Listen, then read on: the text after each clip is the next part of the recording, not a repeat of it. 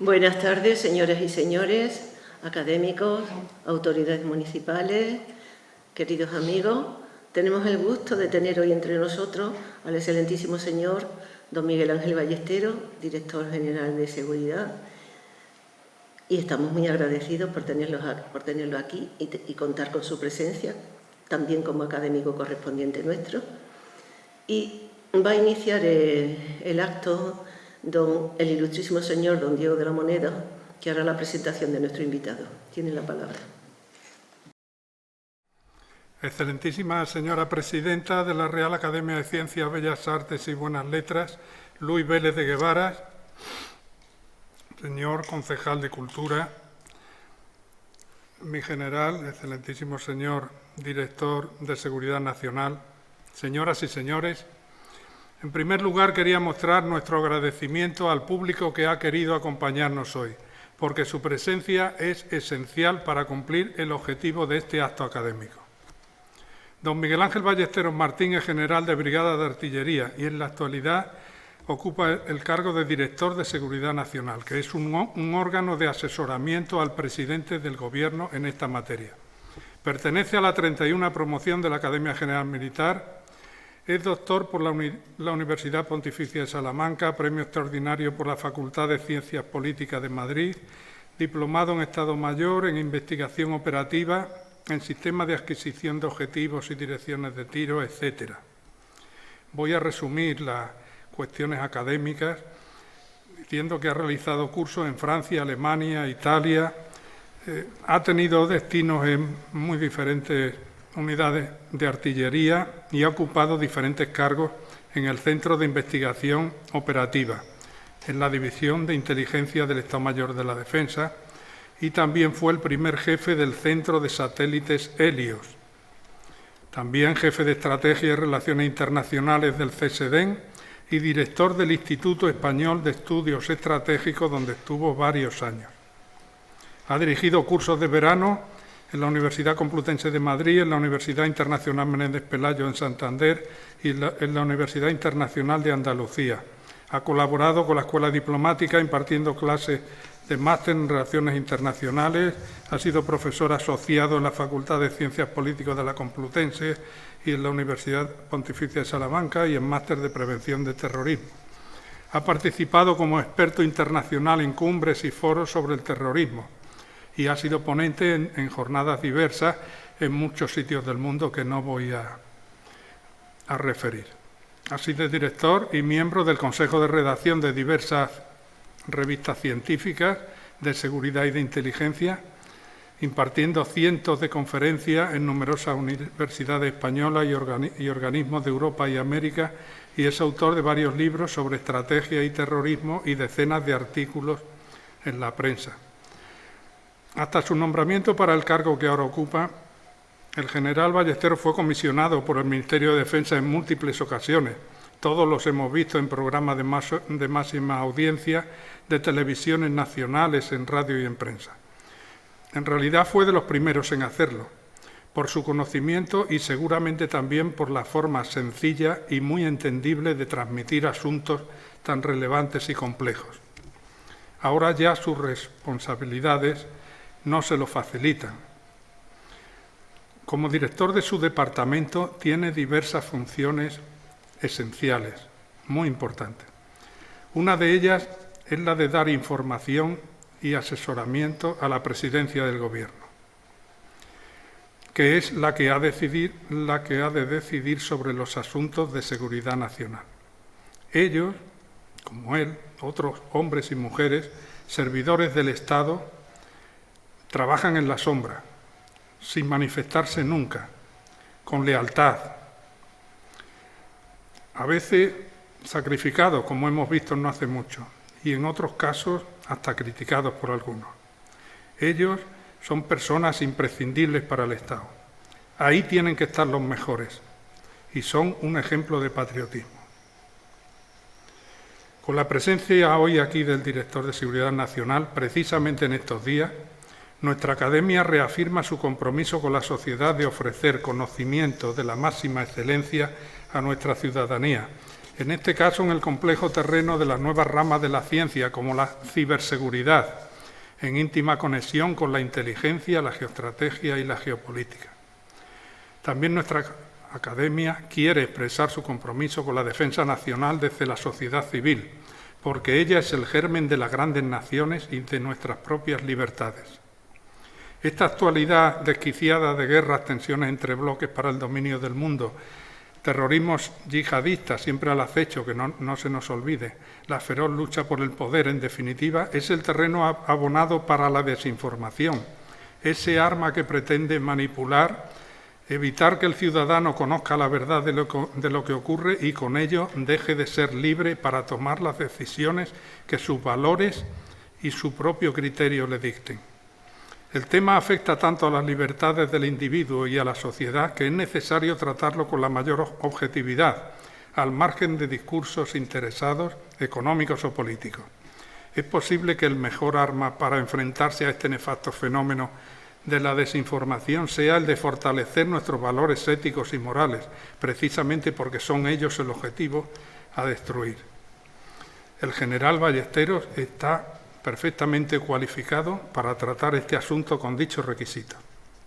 Ayer mismo se aprobó la Ley de Seguridad Nacional en el Congreso y su departamento ha tenido unos días muy movidos últimamente. Sabemos de su esfuerzo por estar hoy aquí, el cariño por nuestra ciudad y por esta academia. Por ello, le agradecemos especialmente su presencia. Acaba de llegar de Madrid, ni siquiera ha tenido tiempo de descansar. Así que muchas gracias a él y a su esposa por estar con nosotros aquí. Nada más, gracias.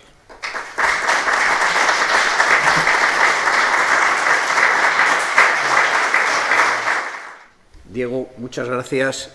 Diego es compañero, muy buen compañero, somos de la misma promoción, aquí hay alguno más, y es sobre todo eso que Antonio Machado definía como un hombre bueno, y un magnífico escritor también. Así que muchas gracias y permítanme que también dé las gracias a ustedes por acercarse hasta aquí para oír, para comentar un tema que es de gran actualidad, como es la desinformación. Hace apenas 2 años, el Boletín Oficial aprobaba un procedimiento de lucha contra las campañas de desinformación. Y se encendieron todas las luces rojas en la prensa, qué estábamos haciendo. Ahora ya, cuando ha surgido desgraciadamente la guerra de Ucrania, la invasión de las tropas rusas de Ucrania, y estamos viendo esa lucha por la narrativa, hoy ya se entiende, desgraciadamente se entiende mejor. Bueno, permítanme que agradezca a la Real Academia de Ciencias, Bellas Artes y Buenas Letras Luis Vélez de Guevara, en la persona de Conchita, de su presidenta y de los miembros, que les agradezca esta oportunidad de volver otra vez a Écija, a esta fantástica ciudad que da gusto pasearla, vivirla. Ustedes tienen una enorme suerte de tener esta ciudad. Y ya, sin más preámbulos, me voy a adentrar en el tema que nos ocupa hoy, como es esa desinformación como un arma, un instrumento para la guerra. Le he pedido a Diego que cuando llevemos media hora me avise, porque tiendo a lo que vulgarmente se llama enrollarse. Yo me enrollo. Así que, y para no castigarles a ustedes o tenerles que invitar luego a todos a cenar, pues vamos a ver si evito soy capaz de acotarlo. El diccionario de la Real Academia de la Lengua dice que verdad, en su primera acepción, significa conformidad de las cosas con el concepto que de ellas forma la mente. Y en la segunda acepción, pero claro, la mente, cada uno tiene una mente. En la segunda acepción dice, verdad es la conformidad de lo que se dice con lo que se siente o se piensa. Esto significa que de la observación de un mismo hecho u objeto por diferentes personas pueden tener descripciones y valoraciones muy diferentes. En la vida, con frecuencia, la verdad indubitable, clara y sin tergiversación no es posible, ya que depende del observador, depende de la atalaya desde la que miramos. Más preciso es el concepto de mentira, que significa expresión o manifestación contraria a lo que se sabe, se piensa o se siente. Aquí hay una intencionalidad. En su segunda acepción, mentira es inducir a otro a error. Esta segunda acepción se utiliza con frecuencia en el ámbito de la estrategia, de la geopolítica, de la narrativa en todos los conflictos para influir en el adversario, en el enemigo. El uso de la mentira, con frecuencia disfrazada de verdad, es el principal componente de una narrativa que se convierte en una campaña de desinformación y en un instrumento clave. Y en eso voy a centrar mi exposición. Esto nos lleva a la posverdad. ¿Qué es la posverdad?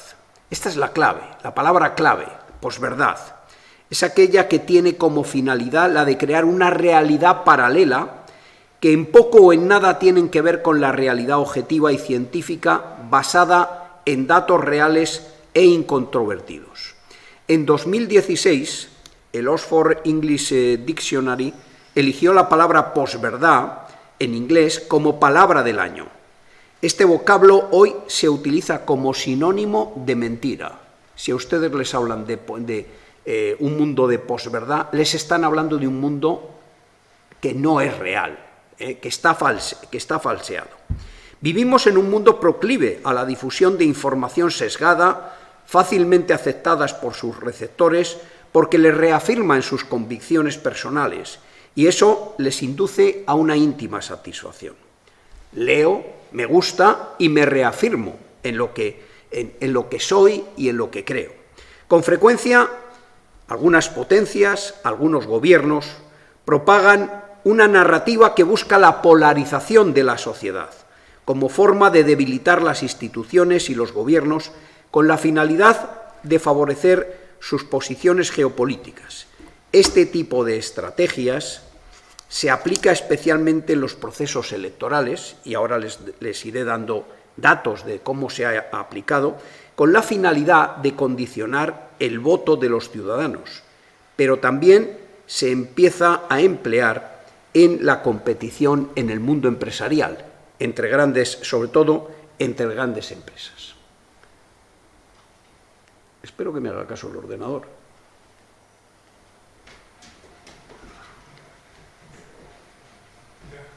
Ahora, perfecto. Bueno, eso que tienen ahí en pantalla es la fotografía del acorazado Maine.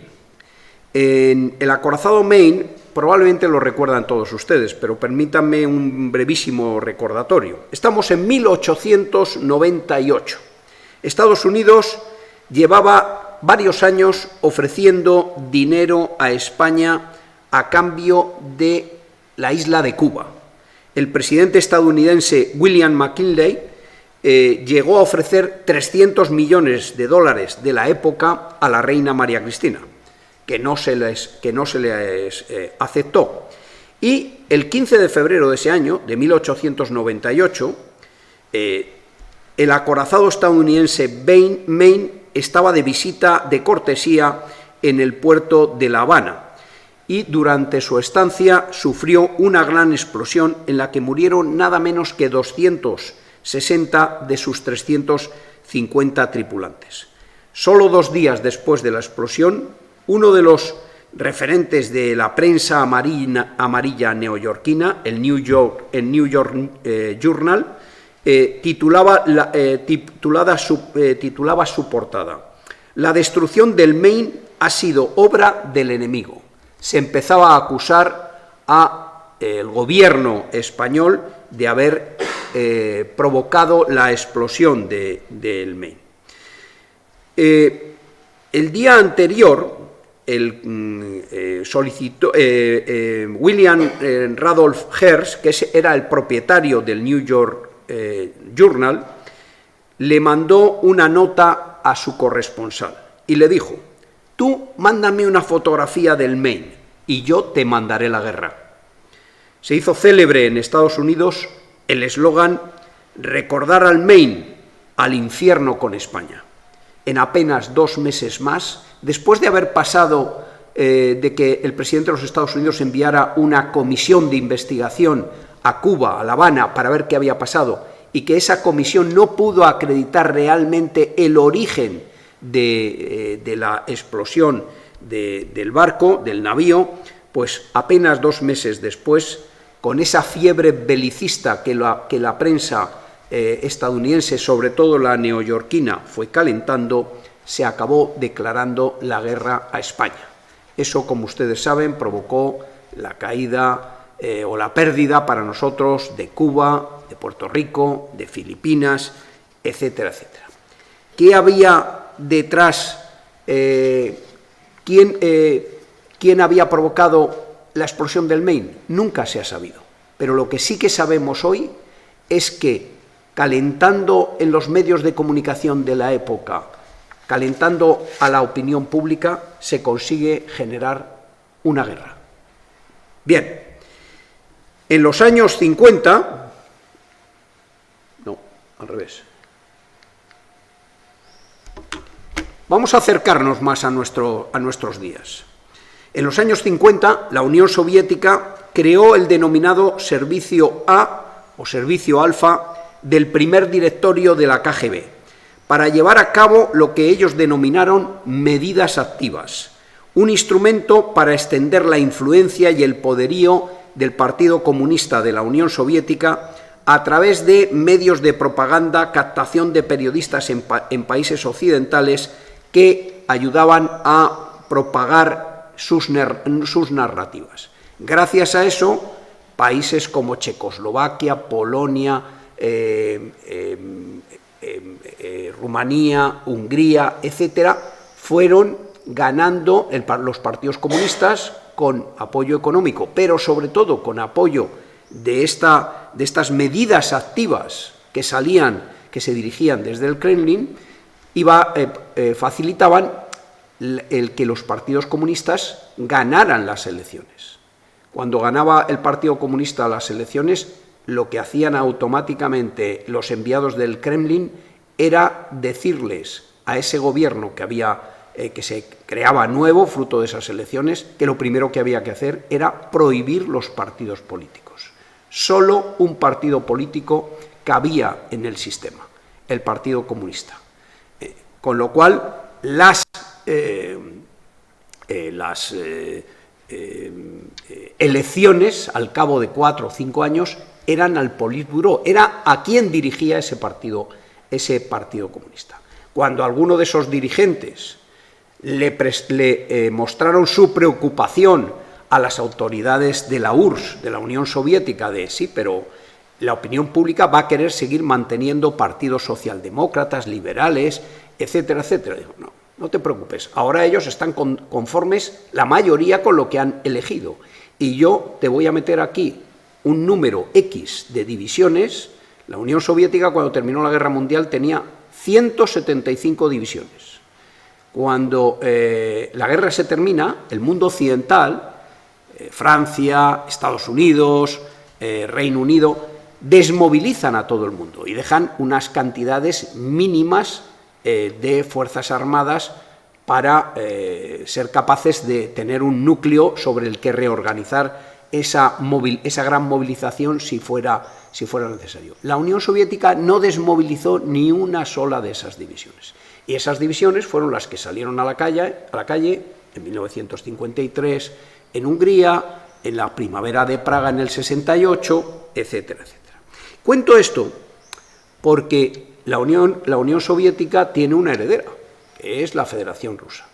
Y hoy yo voy a poner el ejemplo de cómo se utiliza la desinformación de la mano de lo que ustedes ven todos los días en televisión y oyen todos los días en la radio y pueden verlo en los periódicos. Pero sigamos con la historia. Más recientemente, en 2005, el general Matis y el teniente coronel Franz Hoffmann publicaron un artículo al que titularon La guerra del futuro, la llegada del conflicto híbrido.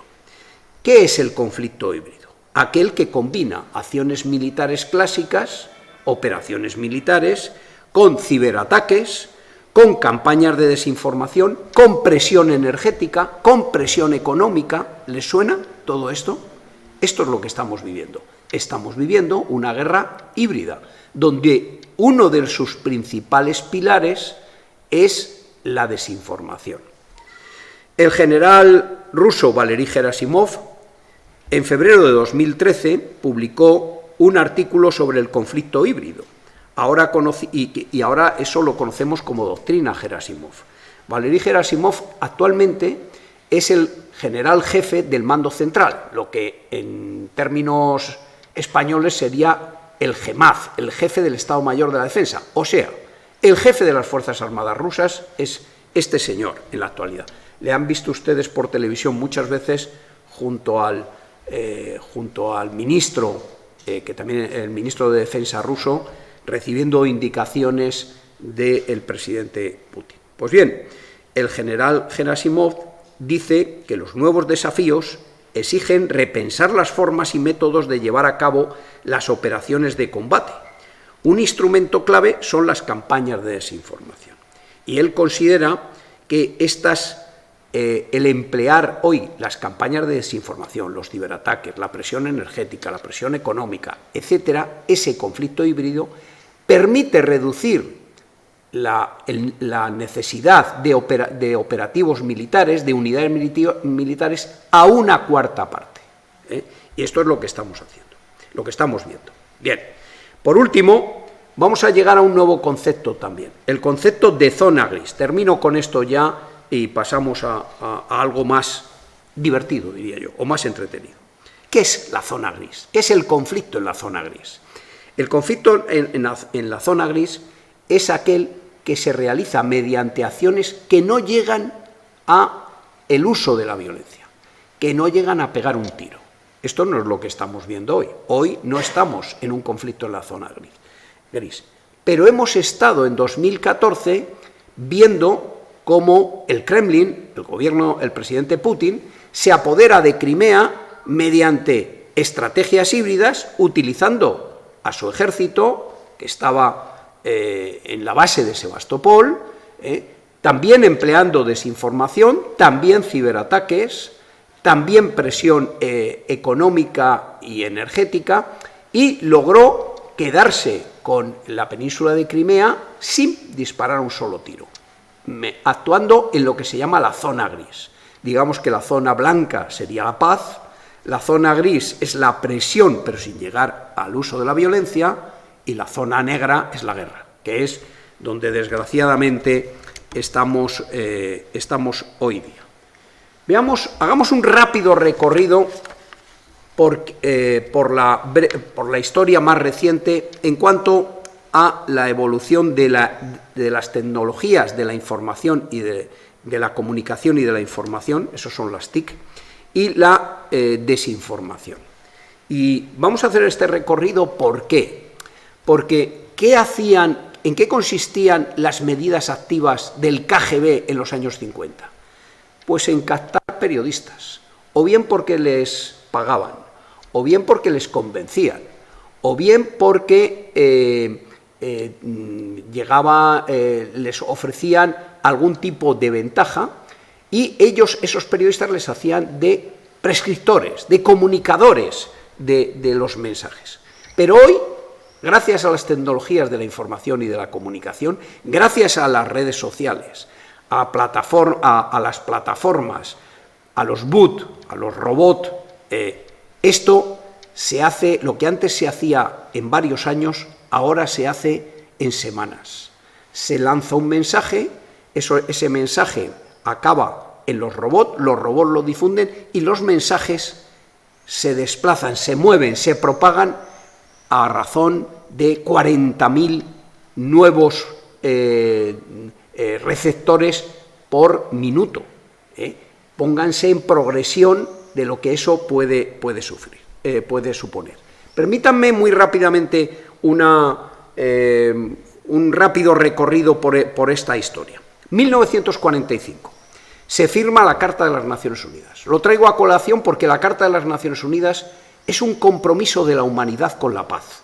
Queda proscrita la guerra. Está prohibido usar la guerra para resolver cualquier problema que uno pueda tener, con el vecino o con el no vecino. No se puede utilizar la violencia. Esta es la Carta de las Naciones Unidas. Tiene una finalidad, con la finalidad de erradicar a las generaciones venideras la lacra de la guerra que durante el siglo XX vivió en dos ocasiones el mundo, las dos guerras mundiales. Firmaron todos ese compromiso. Ese compromiso lo acabamos de ver roto por un Estado. Lo hemos visto roto muchas veces, es verdad, pero no por Estados. No por Estados. El Daesh, Al-Qaeda, bueno, han usado la violencia, sí, pero no son Estados. Estamos ahora en una situación mucho más delicada, mucho más conflictiva. La Carta de las Naciones Unidas autoriza el uso de la violencia solo en un caso. Artículo 51 de la Carta. Todo aquel que reciba un ataque puede defenderse, puede usar la violencia en legítima defensa y la puede usar individual o colectivamente. Por lo tanto, lo primero que hay que decir es que si el Kremlin lanza un ataque contra Ucrania, eso es ilegal y Ucrania sí tiene derecho a la legítima defensa, con la Carta de las Naciones Unidas en la mano. En 1948 se aprobó la Carta de los Derechos Humanos. En el 49 se aprobó el Tratado de Washington, la OTAN. Se creó la OTAN. En los años 50, el KGB crea esa unidad de medidas activas a las que hacía referencia anteriormente. En 1989, lo recordarán muchos de ustedes, 10 de noviembre de 1989, cae el muro de Berlín. La Unión Soviética implosiona. Bueno, pues bien, ese mismo año, Timothy Berners-Lee, un británico que trabajaba en Suiza, en el CERN, inventó la World Wide Web, la web, inventó la web. Lo inventó para intercambiar agendas con sus colegas. Es un sistema de intercambio de información. En 1997, casi 10 años después, se creó Google como una plataforma de gestión de conocimiento. Y esto ha sido un hito, no la aparición de Google, porque había motores de búsqueda ya anteriores. Google es el más importante. Google utiliza un algoritmo que es como el de las tesis doctorales. La referencia que más veces está citada, esa es la que aparece en primer lugar. Bueno, Google es una plataforma de conocimiento y ese conocimiento ha puesto al común de los mortales al alcance de no de la biblioteca del diccionario británico, de mucho más, de todo el conocimiento, pero también del conocimiento testado, contrastado y también del conocimiento de las fake news, de las falsas noticias, de la desinformación. También es así. Poco después, en el año 2001, sufrió Estados Unidos el atentado del 11 de septiembre con el atentado contra las Torres Gemelas. Y Al-Qaeda empieza a hacer uso de la desinformación, dirigida a su mundo, a su público, pero el mundo de la desinformación. En 2003, Estados Unidos interviene en Irak y está considerado hoy científicamente como un caso de desinformación, porque se amparó en la excusa de la existencia de armas de destrucción masiva y resultó falsa. Lejos de entrar en debate político que no conduce a nada a estas alturas, lo que sí que es verdad es que esas pruebas no eran suficientemente contundentes. Bueno, 2004 se crea Facebook. Facebook es una red de relaciones sociales que ayuda a la propagación de conocimiento, pero que tiene una peculiaridad. ¿Con quién me asocio yo en Facebook? O luego en Twitter, o luego en otras, en WhatsApp, con mis amigos, con los que piensan como yo, con los que tienen mi profesión, con los que tienen mi forma de pensar. Y aquí empieza ya empieza un problema. El problema es que hay que tener cuidado, porque en este campo de cultivo, donde tenemos una base, unos motores de búsqueda que buscan lo que está chequeado y lo que no está chequeado, lo auténtico y lo falso. Unas redes sociales, Facebook, WhatsApp, que ayudan a transmitir la información y está muy bien, está fenomenal, es un gran avance, pero cuidado, que la información que uno recibe a veces es la de su grupo, la de su entorno, la de los que piensan como yo, y lo que hacen es reafirmarme en mis posiciones sociales, de pensamiento crítico, y desaparece el pensamiento crítico. Se queda uno alineado permanentemente en una posición. Esto tiene sus inconvenientes.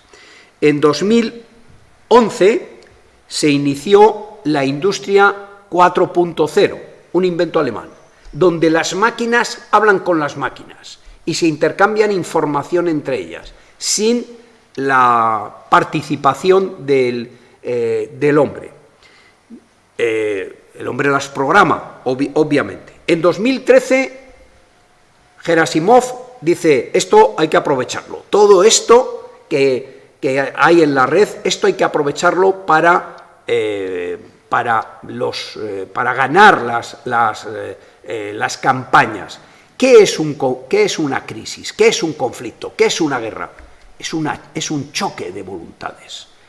¿Qué vemos ahora? La voluntad del presidente Putin frente a la voluntad del presidente Zelensky. El que ceda le da la victoria al otro. Esto es así. Entonces, ¿y cómo se cede? El que pierda la narrativa con su opinión pública, lo vamos a ver ahora, y con la del adversario, logre doblegar a la opinión pública del adversario y ganarse y fortalecer a la suya, ese ganará, ese tiene una ventaja competitiva. Va más allá de las operaciones militares en sí mismas.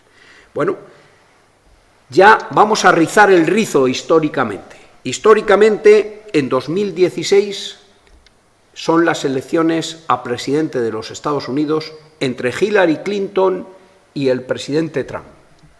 Y Rusia interfiere, entra en esas elecciones, pues favoreciendo a uno de los candidatos, en este caso al presidente Trump. Filtra correos electrónicos que la señora Clinton, siendo secretaria de Estado, ha circulado por su correo personal, que es un correo inseguro, y eso lo filtra muy pocos días antes de las elecciones para demostrar que no es fiable, que no es confiable. Sea como sea, como dice el general Gerasimov, es imposible luego que te atribuyan los efectos. Es decir, ganó el presidente Trump. La pregunta que ustedes podrían hacer es, o que yo me puedo hacer es, ¿ganó el presidente Trump esas elecciones? Las ganó por muy poquitos votos.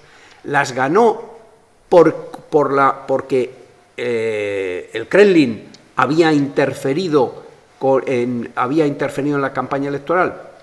Eso no lo puede decir nadie. Nadie lo puede demostrar. Hubo un informe en los Estados Unidos, el informe concluyó que había habido injerencia de Rusia, de la Federación Rusa, o procedente de Rusia, del Kremlin. Eso no se puede demostrar tampoco. Tampoco se puede demostrar que haya sido el Kremlin. Son hackers, son bots que se mueven y es muy difícil atribuir al autor, quién ha sido el autor de todo esto. Ese mismo año se produjo el referéndum del Brexit y tuvo un papel importantísimo un laboratorio de marketing que se llama Cambridge Analytica, creado en la Universidad de Cambridge. Pero Cambridge Analytica llegó un momento en que se vende y está relacionado también con oligarcas rusos. Cambridge Analytica lo que hace es analizar a cada uno de nosotros qué es lo que le gusta, cuál es su posicionamiento, en qué grupo se entiende. Y entonces segmenta la información que cada uno recibe en función de lo que le va a convencer. Pondré un ejemplo burdo. Si a mí me gusta el golf, pues me dicen, pues si te sales de la Unión Europea, vas a tener mejores campos de golf. Estoy diciendo una tontería, pero es para que me entiendan, ¿eh? A cada uno, probablemente a muchos de ustedes les ha pasado. Uno entra en Google, se interesa, voy a comprar una olla a presión. Ve unas cuantas y ya te olvidas de la olla a presión. Pero te están bombardeando durante días y semanas con anuncios de olla a presión. Y no de la casa que tú has ido a ver, no de Majefesa o de otra casa, no, de proveedores chinos, proveedores españoles. Son herramientas de inteligencia artificial que hoy son importantísimas. Pues eso se aprovechó. La Unión Europea entonces en 2016 se escandalizó, se preocupó. Oye, ahora va a resultar que aquí en las elecciones, cuando hay elecciones, que la esencia es que sean libres, que nadie influya sobre el ciudadano, nadie de fuera, ajeno, porque claro, si Rusia influye, es porque prefiero a este candidato a esta candidata. Si influye en el Brexit, es porque prefiero a un Reino Unido fuera de la Unión Europea y así debilito a la Unión Europea. Y podríamos hablar de otras elecciones, de las francesas, de las holandesas, etcétera, hasta tal punto que la Unión Europea se empezó a preocupar y creó todo un sistema de lucha contra la desinformación. Pero sigamos, porque me parece que vamos mal de tiempo. Vivimos entonces, todo esto nos conduce a un mundo un tanto especial, el mundo en el que hoy vivimos, un mundo VUCA. ¿Qué es esto de VUCA? VUCA es un acrónimo al que somos tan aficionados los militares. VUCA significa volátil, significa incierto, complejo y ambiguo. Esos son el acrónimo de VUCA. Es un acrónimo de los años 90, un invento del ejército norteamericano, pero que ha tenido éxito, que ha sido aceptado como muy indicativo, y ese es el mundo en el que vivimos hoy. Un mundo muy ambiguo, lo que hoy es válido mañana no lo es. Recordarán todos, antes de la invasión de Ucrania, Estados Unidos decía, no, yo tengo información y van a atacar por todos los sitios. Putin decía, nosotros no vamos a iniciar una guerra. Los europeos decíamos, bueno, esto no es muy creíble lo que dicen los Estados Unidos. ¿Cómo en pleno siglo XXI va a haber una guerra de esas dimensiones? Bueno, pues de un día para otro la hubo. Pero es muy incierto, fue muy incierto en la pandemia. De pronto, de la noche a la mañana, de tener noticias de que en China había una epidemia, que lo que sabíamos es que se habían visto obligados a construir en 12 días dos grandes hospitales. De pronto llega el virus a Italia, llega a Europa, llega a España y se dispara y provoca una mortandad como no ha conocido probablemente nunca en la historia la humanidad. La gripe española tiene contabilizados 2 millones de muertos. Esta pandemia formalmente son 5 millones de muertos los que lleva ya. Pero si contamos los que han muerto por encima de la mortalidad normal, probablemente esos 5 millones hay que duplicarlos. No habrán muerto muchos de ellos por COVID, pero han muerto por otras enfermedades de las que no han podido ser atendidos porque los sistemas sanitarios estaban colapsados. Bien, pues este mundo en el que vivimos, este mundo VUCA, es el propicio para las estrategias híbridas e incluso in extremis para las guerras híbridas. Las guerras que se basan fundamentalmente en 3, 4, 5 pilares. pero hay tres pilares básicos. Uno, los medios militares. Otro, los ciberataques, lo que se puede hacer en el ciberespacio. Y el otro, la desinformación. Luego ya viene la presión energética, la económica, etcétera, etcétera. Vamos a ver cómo funciona esto. Miren, lo que tienen ahí en pantalla es el sistema trinitario de Clausewitz. Clausewitz era un prusiano que combatió contra Napoleón, fue prisionero de Napoleón. Bueno, pues este de redes sociales sabría poco, a él no le... en efecto, pero es un filósofo de la guerra. Tiene un libro que lo cita todo el mundo sobre la guerra, que pocos han leído, porque no es fácil de leer, pero que desde luego es todo un dechado de conocimiento de la esencia del conflicto, de la guerra. ¿Y qué dice Clausewitz? Clausewitz dice que todo conflicto es una dialéctica de voluntades. Se trata de doblegar la voluntad del contrario. Putin quiere doblegar la voluntad de Zelensky. Zelensky quiere doblegar la voluntad de Putin. Nosotros queremos doblegar la voluntad de Putin. Nosotros, el mundo occidental, Putin quiere doblegar la nuestra. Y para eso se mueve en varios planos. ¿En qué planos? El sistema trinitario es porque se basa, la fortaleza de cada uno de los bandos, se basa en tres grandes pilares. Primer pilar, el elemento pasional. El elemento pasional es el ciudadano, es el pueblo. Esto es muy importante, cada vez más importante, pero en los países democráticos es la clave, porque el pueblo, el ciudadano, elige a sus dirigentes. ¿Cuál es el otro pilar? Otro pilar es el elemento volitivo. El elemento volitivo es las capacidades que tiene cada Clausewitz hablaba del ejército. Hoy no hablamos solo del ejército, hablamos primero de las Fuerzas Armadas, de fuerzas y cuerpos de seguridad de Estado, pero hablamos de la capacidad tecnológica, hablamos de las relaciones, de la capacidad de relaciones internacionales, hablamos de la capacidad, de las capacidades energéticas. Lo estamos viviendo. ¿Cuál es nuestro punto débil en este conflicto? Nuestra debilidad energética. Este es nuestro punto más débil. Tenemos otros. Este es nuestro punto más débil. Hablo del mundo occidental, no hablo específicamente de España. Bien, el tercer elemento es el elemento racional, que son los gobiernos. Esto es un taburete con tres patas. Si yo logro romper una pata del contrario, el taburete se cae. Y ya he ganado la guerra. La guerra de Vietnam, militarmente no la perdió nunca Estados Unidos. ¿Pero qué pasó? Y tampoco el gobierno de Nixon fue derrocado o fue cambiado. No. ¿Qué es lo que pasó?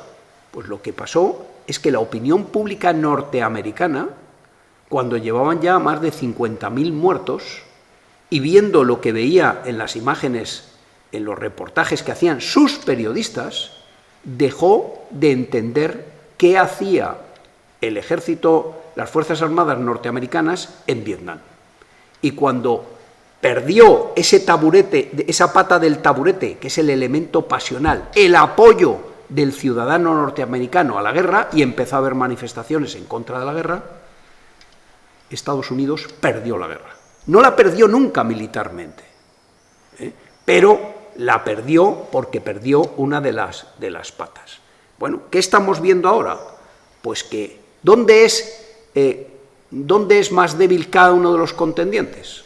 Bueno, Putin pensó, voy a hacer una operación en la zona gris, como hice la de Crimea, yo pongo 130.000 hombres rodeando Ucrania, amenazo a Ucrania, Ucrania ya sabe que militarmente soy muy superior a él, tengo además armas muy potentes, y cuando yo haga una operación rápida de entrada hasta Kiev, pues lo único que tengo que hacer se van a ir rindiendo todos los cuarteles, todos los acuartelamientos se van a ir rindiendo, y yo lo único que tengo que llegar es a Kiev para cambiar el gobierno.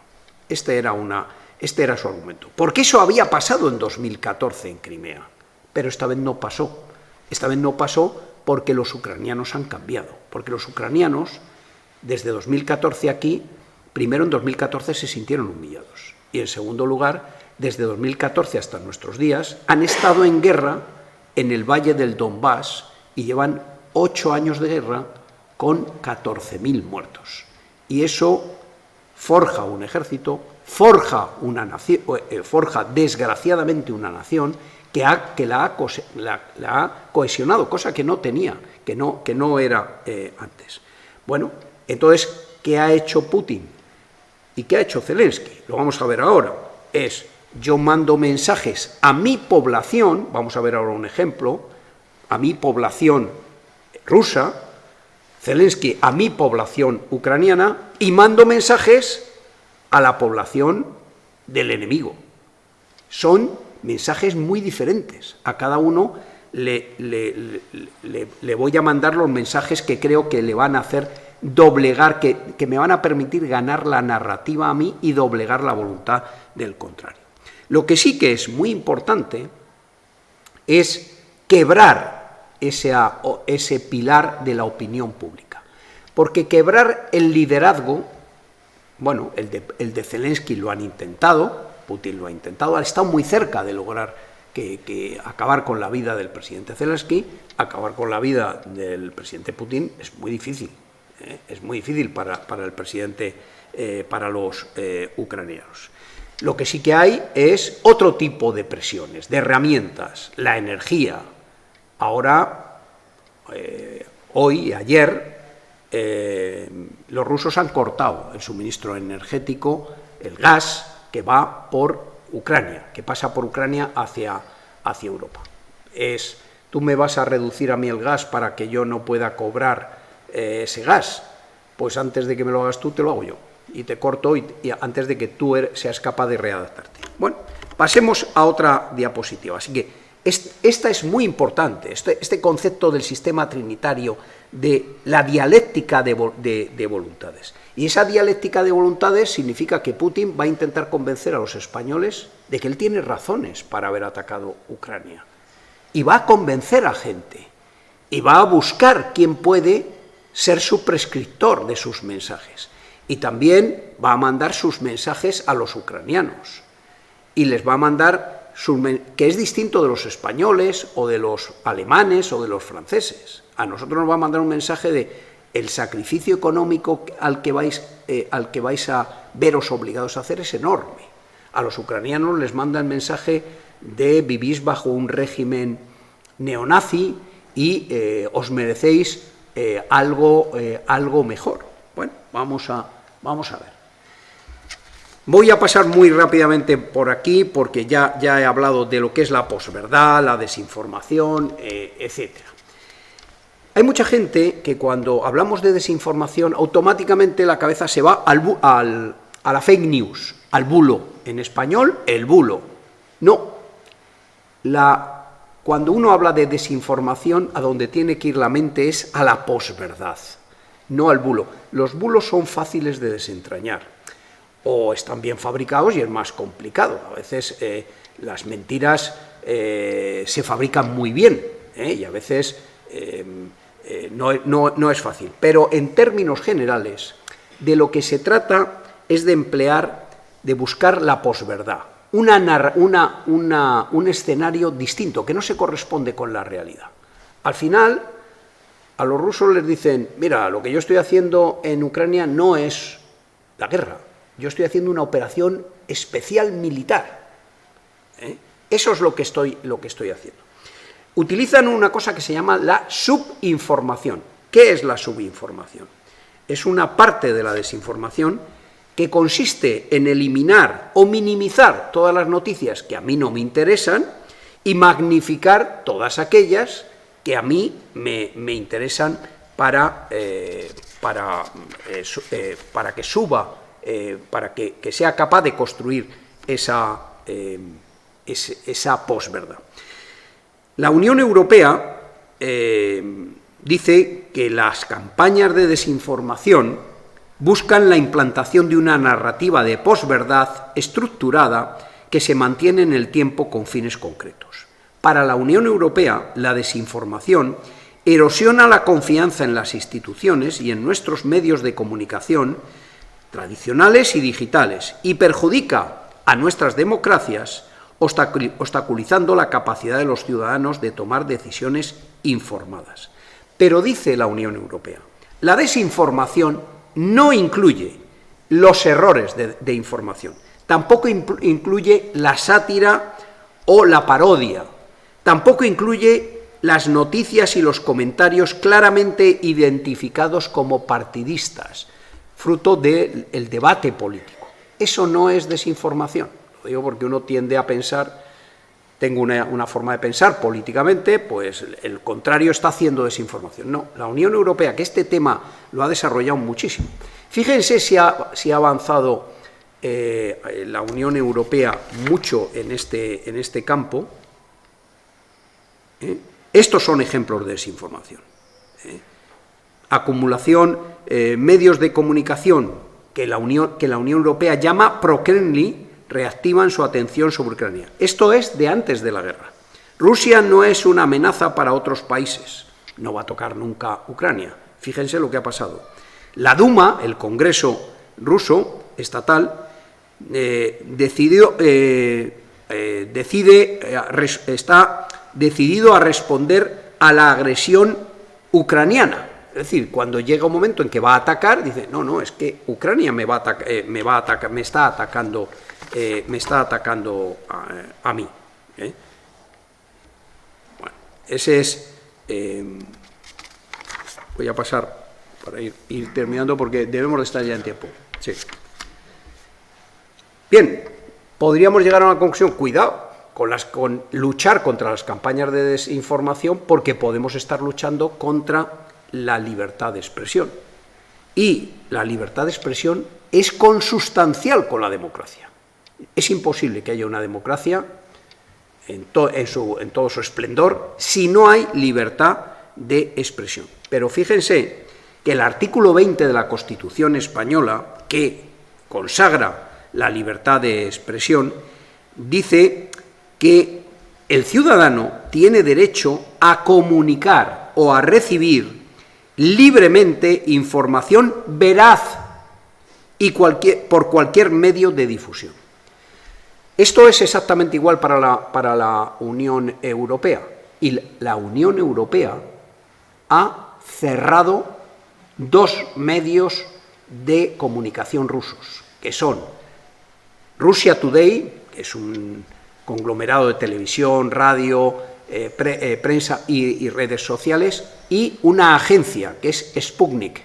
Y las ha cerrado por considerar que precisamente los ciudadanos tienen derecho a recibir información veraz y que todo lo que difunden estos medios forma parte de una campaña de desinformación. Sin embargo, la Unión Europea no ha prohibido que los periodistas de Russia Today o de Sputnik trabajen y participen en cualquier actividad como periodistas. Ellos pueden ir a informarse, pero mientras Russia Today y Sputnik se dedican a propagar campañas de desinformación, están prohibidas en todo el territorio europeo. Esa es la situación. Debo decirles que luego entran por otros sitios. Entonces, para terminar, ¿quién protege?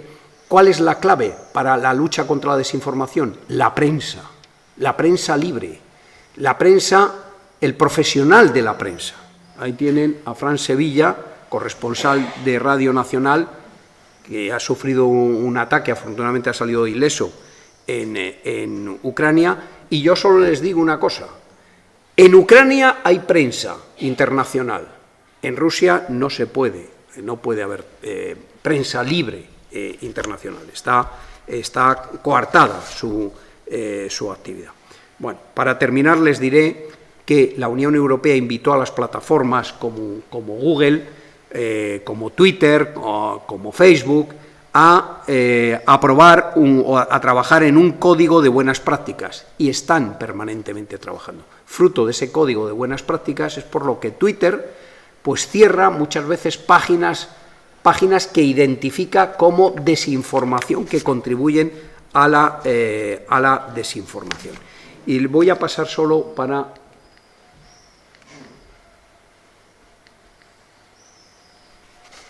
Nos quedamos aquí con esta diapositiva.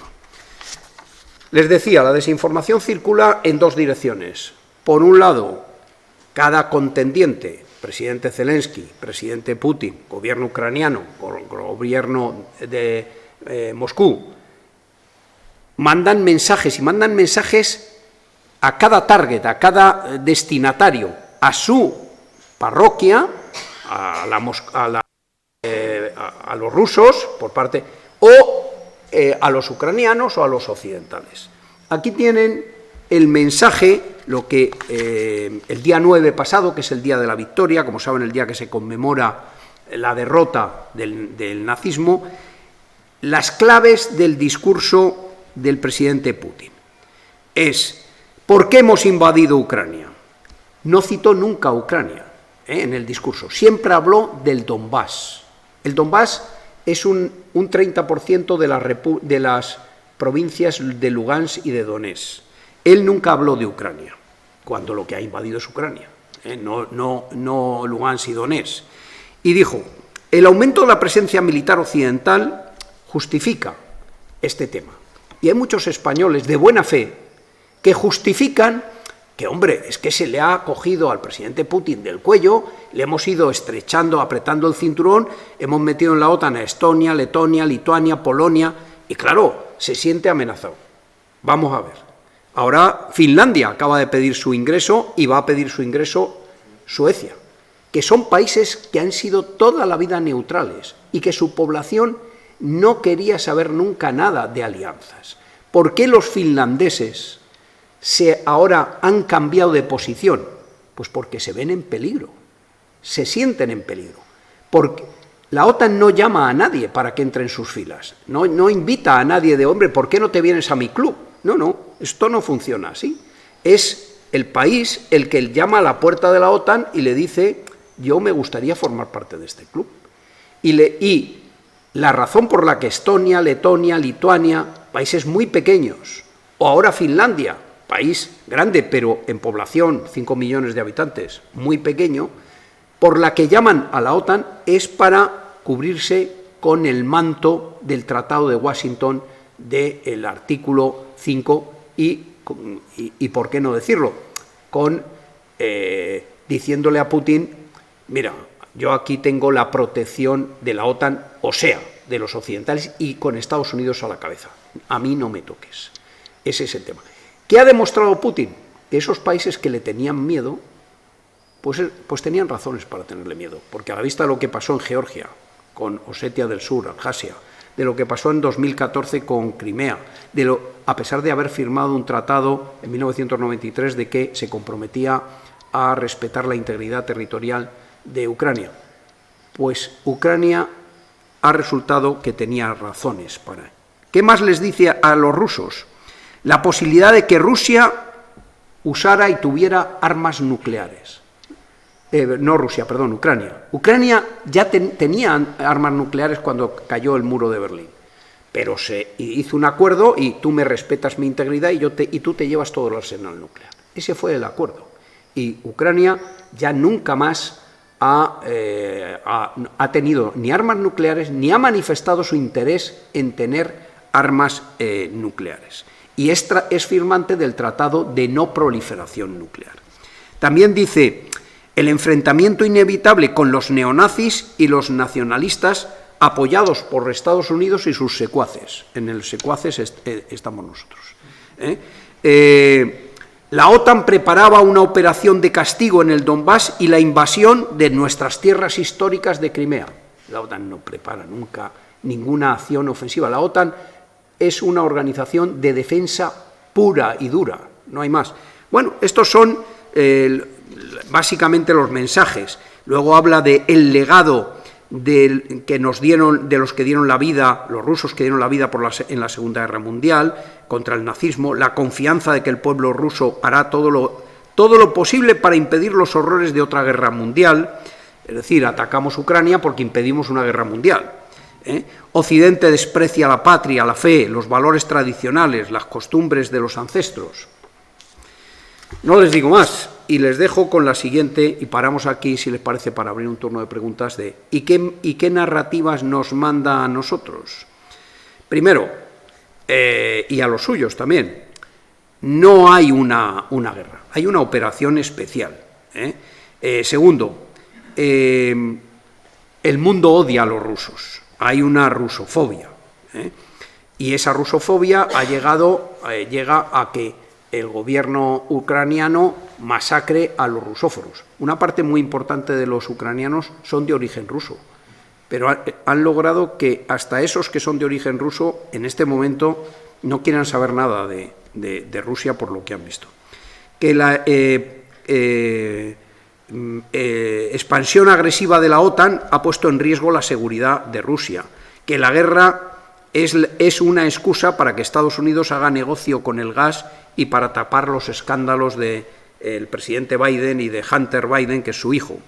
Este argumento está siendo muy utilizado. Estas narrativas luego las pueden ver en periódicos españoles, en tertulias españolas, porque luego hay españoles que de buena fe pues compran ese mensaje, sin darse cuenta de que están reforzando en esa dialéctica de voluntades, están reforzando la narrativa de uno de los bandos. Y aquí lo que sí que es verdad es que no se puede ser equidistante. Aquí hay un invasor y un invadido. Y luego el invadido puede tener un comportamiento bueno, malo o regular en un momento y puede haber cometido desmanes, a lo mejor. Lo que sí que hemos visto es desmanes del invasor. Lo de Bucha, con los cadáveres y demás, pues Rusia lo que dijo al principio, no, esto es un montaje, miren, se mueven los cadáveres, se mueven. Bueno, hay una diferencia, y es que en Bucha, en toda Ucrania, está llena de periodistas no ucranianos, occidentales y rusos, si quieren también, pero no es lo mismo, no hay la posibilidad de informar en el lado de Rusia. Si les parece, lo dejamos aquí para que haya la posibilidad de preguntar. Yo concluiría diciéndoles la desinformación, las campañas de desinformación forman parte de nuestro día a día, están cuando hay elecciones, hay que tener cuidado, hay que vigilar estrechamente que no haya campañas de desinformación. Ha habido campañas de desinformación antivacunas en España, lo que pasa es que no han cuajado, afortunadamente no han cuajado, pero ha habido campañas de desinformación para que la gente no se vacunara. Lo que pasa es que no han tenido ningún éxito. En otros países sí han tenido más éxito. ¿Les parece? Si les parece, lo dejamos aquí.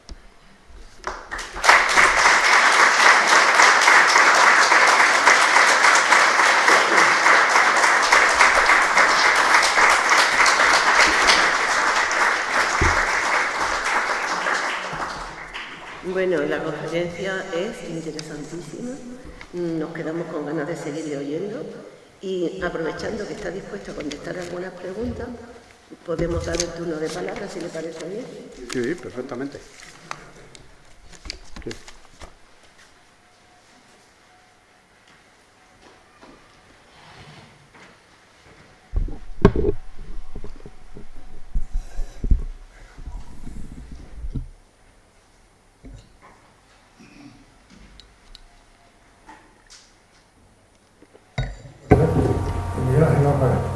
Un par de cuestiones que me planteo es una de ámbito, ¿cómo llamarlo?, interno.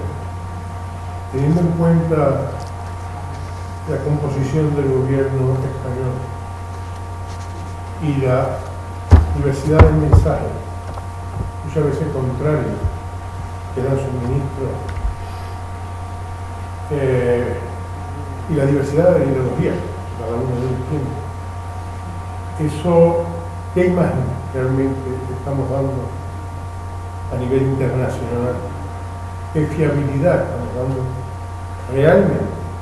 Porque muchos dicen que no estamos siendo fiables, para otra gente sí. Exactamente cuál es nuestra imagen a nivel internacional. Y la segunda, ve la posibilidad que Putin en un momento dado llegue a tal punto, ahora con el tema de Finlandia, con el tema de que llegue a tal punto de que pueda haber riesgo de que se utilice alguna manera. Muchas gracias. Dos preguntas interesantes. La primera es, no es complicada de responder. El que lleva la política internacional, al menos en este gobierno, es el presidente del gobierno. Y el presidente del gobierno, yo le he oído alguna vez una frase de España va a estar siempre donde tiene que estar. Y les voy a poner un ejemplo. Cuando se produce el ataque, la invasión de Ucrania, la OTAN decide poner en funcionamiento unas cosas, lo que se llaman los planes operativos graduales, los GOP, por su acrónimo en inglés. Eso tiene una primera fase que se puso en marcha automáticamente, que es reforzar las unidades que están más cerca del agresor, en este caso de Rusia, que son unidades que están en Estonia, Letonia, Lituania y Polonia.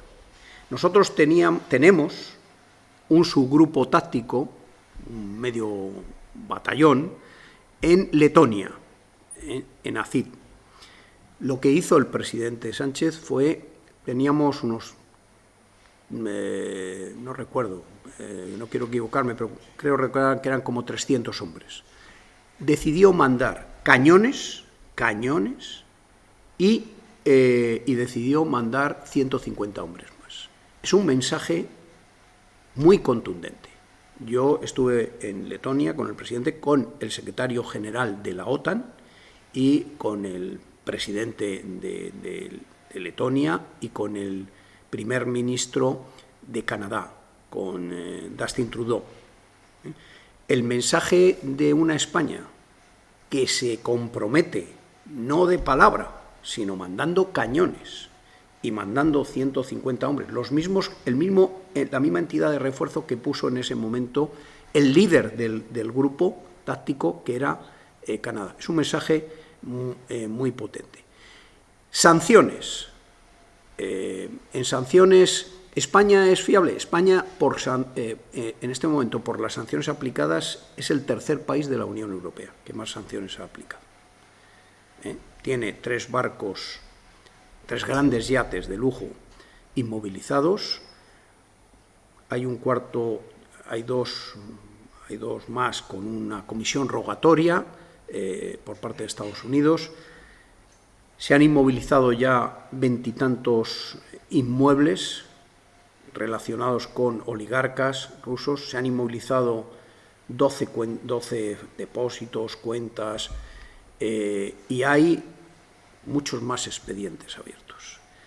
Este grado de aplicación de las sanciones no lo han hecho todos los países.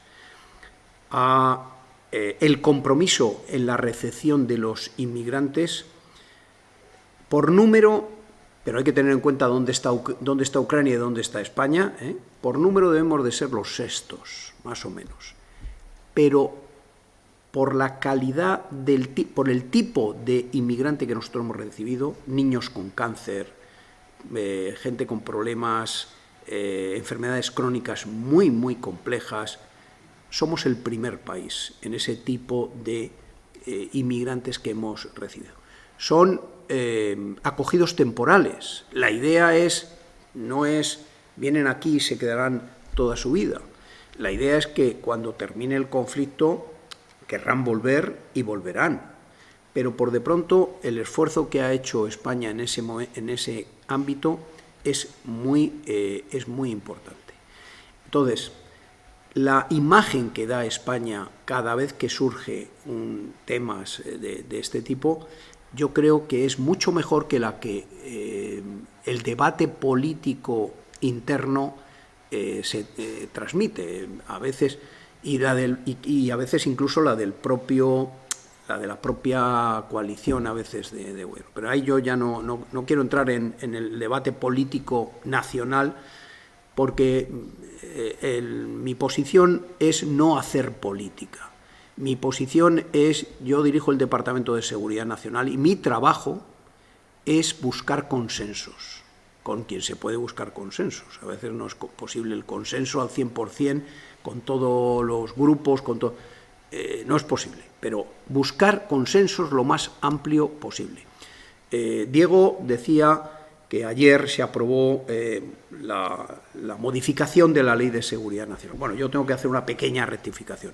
Lo que se aprobó ayer fue que se echó abajo, que no se aceptaron enmiendas a la totalidad. Todavía quedan por presentarse enmiendas parciales y aprobarse la ley.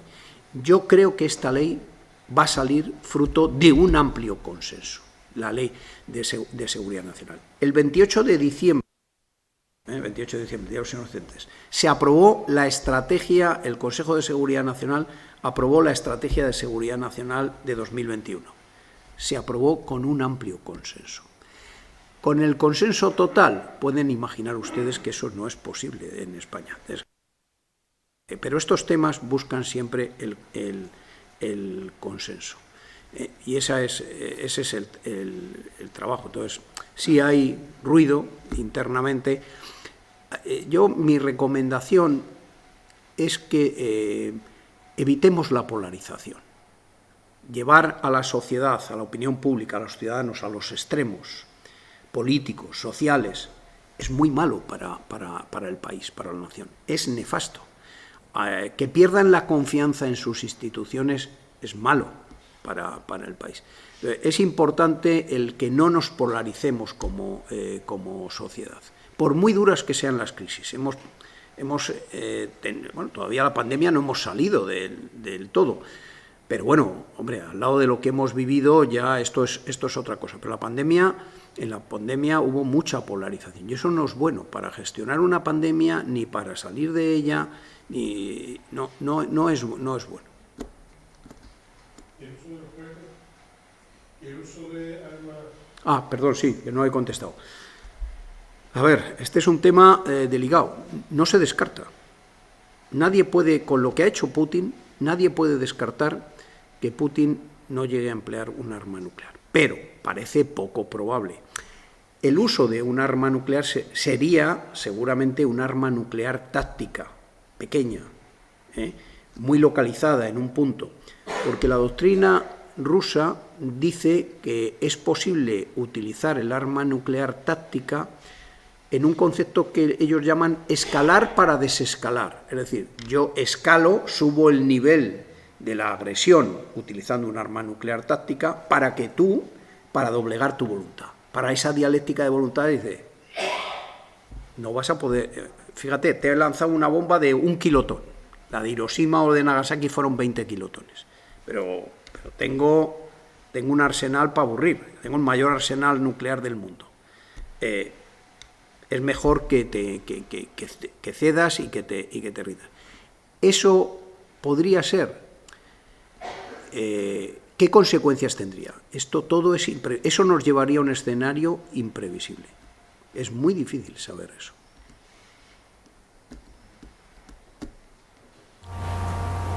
Sí, quisiera preguntarle la solicitud ahora de Finlandia y Suecia a la OTAN, en estos momentos especialmente, y la oposición de Turquía. ¿Qué lectura puede hacerse? En la OTAN no vota. En la OTAN no hay votaciones. En la OTAN todas las decisiones se toman por unanimidad. Todas. Entonces, cuando no hay unanimidad en un tema, ese tema no se lleva al Consejo del Atlántico Norte, que es donde están los presidentes y primeros ministros. ¿Qué se hace? Se trabaja previamente fuera, antes, en los pasillos. Es decir, se hace diplomacia. Se hace diplomacia para llegar al Consejo del Atlántico Norte con una posición única. Finlandia ya ha pedido formalmente, bueno, ya ha, el Parlamento finlandés ya le ha dicho al gobierno, pide la entrada en la OTAN. El gobierno ahora lo tiene que formular, tiene que mirar a ver, porque Rusia le ha dicho que va a adoptar medidas técnicas y las medidas van a ser acciones militares de carácter técnico, me parece que es la palabra que ha empleado. No sabemos qué significa eso. Hoy, por de pronto, le ha cortado la luz, es decir, ya no te doy luz. La luz que viene, todavía sin haber pedido formalmente el ingreso. Finlandia lo que dice es, oye, si pido el ingreso, hasta que ese ingreso se materialice, va a pasar un tiempo. Quiero garantías de que en ese tiempo estoy de alguna manera cubierto, protegido, porque si no, Rusia podría aprovechar ese intervalo desde que uno pide hasta que formalmente entra en funcionamiento el compromiso del Tratado de Washington, el artículo 5, que es que si atacan a uno de los países miembros, los demás países miembros tienen que ir en su ayuda. Ese es el compromiso. Primero hay que lograr que todos los países lo acepten como bueno. Si no, eso lo tienen que trabajar diplomáticamente. La posición del gobierno español, ya la ha expuesto el ministro de Asuntos Exteriores, es afirmativo, es decirle a Finlandia, bienvenido. Hay que ver si en la cumbre de Madrid, que es el 29 y el 30 de junio, eso tiene que ir a la cumbre de Madrid. Pues ahí ya, si va a la cumbre de Madrid, es porque se ha llegado ya a un acuerdo entre los 30 países miembros para que haya una respuesta unánime. Si no, no se llevará al Consejo del Atlántico Norte, porque no se llevan temas para discutir, porque eso debilitaría a la organización, la fraccionaría. Y eso, lo que hace la OTAN, esa es su grandeza y también su debilidad, que hay un solo país que no está de acuerdo en algo y cierra la puerta a todos los demás en ese tema. Entonces, eso es una debilidad de la organización, sí, pero también es una grandeza. Cuando sale algo para adelante, sale por unanimidad. Para eso hay que trabajar y ver cómo se encaja todas las piezas. Es una situación delicada, pero la mayor parte de los países están por darle la bienvenida a Finlandia, entendiendo lo que está ocurriendo. Y es que Finlandia se siente muy, muy, muy amenazada. Esa es la realidad. ¿Por qué? Porque están viendo lo que está ocurriendo en Ucrania, y cuando las barbas de tu vecino veas pelar, pon las tuyas a remojar. Don Miguel Ángel, a mí me gustaría escuchar su opinión sobre una cuestión más general, pero que va sobre el tema que usted ha estado planteando aquí. Los conceptos de información y desinformación en muchas ocasiones están separados por una delgada línea roja. Y estamos viéndolo continuamente, como hay muchas ocasiones en las que se lanzan muchas informaciones, pero con el sentido de usarlas como balizas para desviar la atención sobre otra información que quizás sea menos interesante para algunos que se acuda a la misma. Entonces, en ese sentido, esas informaciones que pueden ser o verdad o pueden ser veraces, ¿qué juego o cómo la sociedad puede, en este sentido, pues muchas veces... A ver, una información puede tapar otra, pero no habla, la desinformación no hace referencia a eso. Esto ya es el juego de la política muchas veces, o de la competición entre empresas, o de la competición económica entre países. La desinformación, las campañas de desinformación, lo que tienden es a crear un mundo paralelo, un mundo que no se corresponde con la realidad. En el que hoy yo quiera hablar de esta copa y usted quiera hablar del vaso, pero no estamos tergiversando, no estamos modificando la realidad. Eso no es desinformación. Lo que es desinformación es si usted me dice que lo que hay aquí dentro es ginebra. Y yo le digo que no, que aquí lo que hay es Coca-Cola transformada. Vamos a inventar un mundo fuera de la realidad.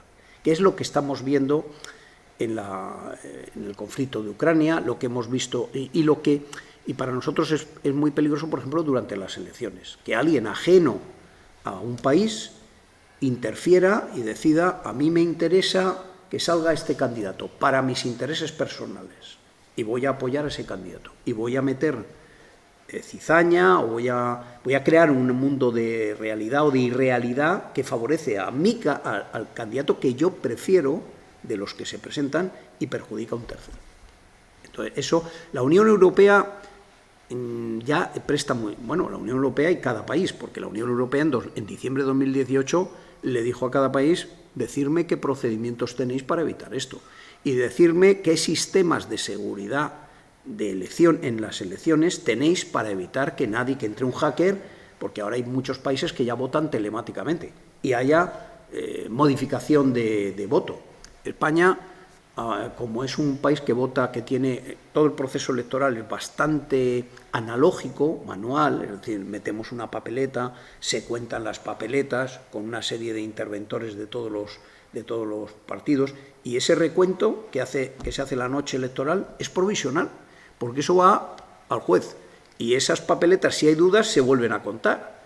Lo único que hay telemático es que desde cada mesa electoral se manda la información a los ordenadores centrales, pero que se adoptan unas medidas muy rigurosas de seguridad para que no pueda haber un cambio de voto.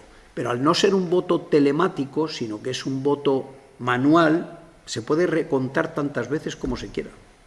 Hasta que la Junta Electoral no dice: este ha sido el resultado final, ya no hay reclamaciones y se cierra todo, las papeletas no se destruyen, están ahí siempre para volverlas a contar. Ese es el sistema. En España tenemos, en ese aspecto no hay que ir mucho a la digitalización porque este sistema casi es más seguro. Tenemos ahí otra pregunta. En general, muchas gracias por tus palabras y yo me siento muchísimo de que pertenezcamos a la misma evolución. A mí me gustaría que en una sociedad de imagen, donde los medios de comunicación son fundamentales, absolutamente fundamentales, y cada vez están más monopolizados, más concentrados, en una sociedad donde las redes sociales están alcanzando unos niveles impresionantes. Ahí tenemos ahora el tema de la compra o recompra de Twitter y todo lo demás, donde no vamos a llegar jamás a una guerra de ocupación, y menos ahora después de la experiencia que ha tenido Rusia. ¿Qué papel juega la educación? Pues clave. Muchas gracias, mi general, por la pregunta. Clave. La educación es clave. En eso que yo decía antes de este mundo de redes sociales, de WhatsApp, del grupo de WhatsApp, del grupo de Facebook, hay que conservar el análisis crítico de cada uno. Y la educación es el que te da el análisis crítico, es lo que te permite ser fuerte y no tragar lo primero que te llega. Sea del lado que sea, da lo mismo. Esto es lo primero, esto es fundamental. Esto, como me gusta, me lo creo. Esto que haya que viene para acá, como no me gusta, no me lo creo. Las plataformas, yo decía que los Google, Facebook, Twitter, todos estos en la Unión Europea se han comprometido con la Unión Europea a crear un código de buenas prácticas, y una de las cosas que han hecho cada uno de ellos es crear unas bases de datos con datos contrastados, de forma que si mañana dicen, no, pues se ha cortado, los rusos han, yo qué sé, o ha pasado tal cosa, tú vas a esas bases de datos a buscar la información, y lo que ellos te dicen es: la información que nosotros ponemos aquí está contrastada, no es la que hemos recibido de cualquier opinador o de un periodista, o de un político, o de un militar, da lo mismo. No, es información contrastada como veraz. Entonces, ya tienes un instrumento donde contrastar, si te llama algo la atención, donde buscar la verdad. La educación es fundamental. Claro, ¿qué es la educación? La educación primero es tener conocimiento. Segundo es tener capacidad. La educación te da capacidad de análisis. Te da una fortaleza, te da ese palabra que ahora ya está en el diccionario, que es resiliencia. Ser resistente ante todo lo que te viene encima y además ser capaz de seguir actuando sin que te modifiquen tu voluntad. La educación es la clave.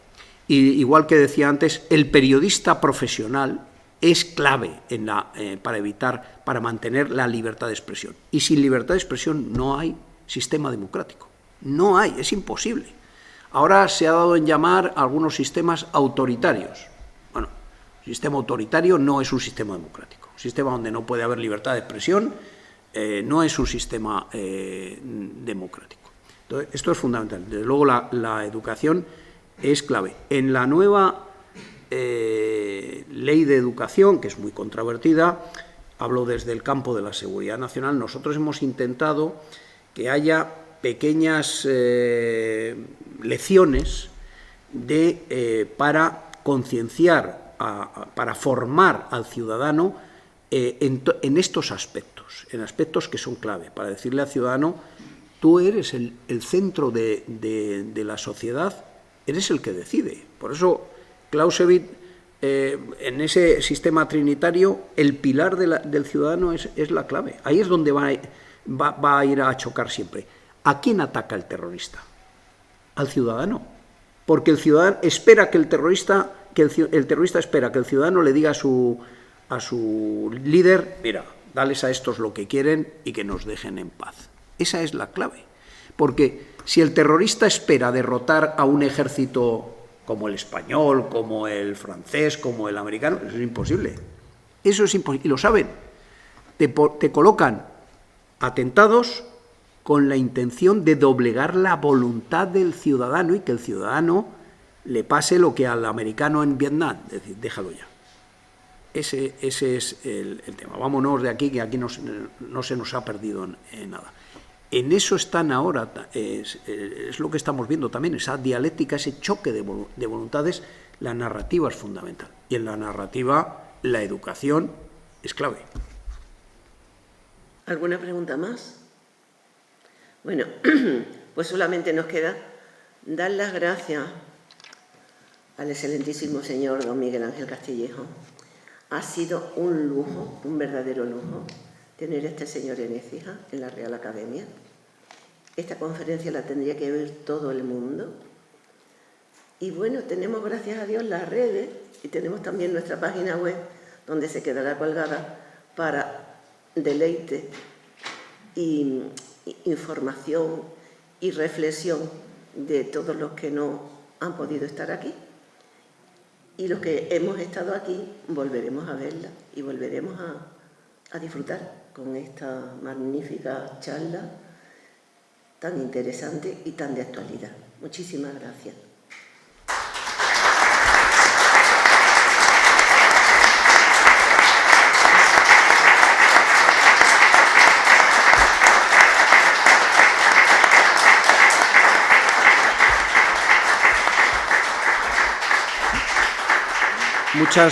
Muchas gracias a la Real Academia de las Ciencias, las Bellas Artes y las Buenas Letras, Luis Vélez de Guevara, a su presidenta, y sobre todo muchas gracias a todos ustedes. Se levanta la sesión.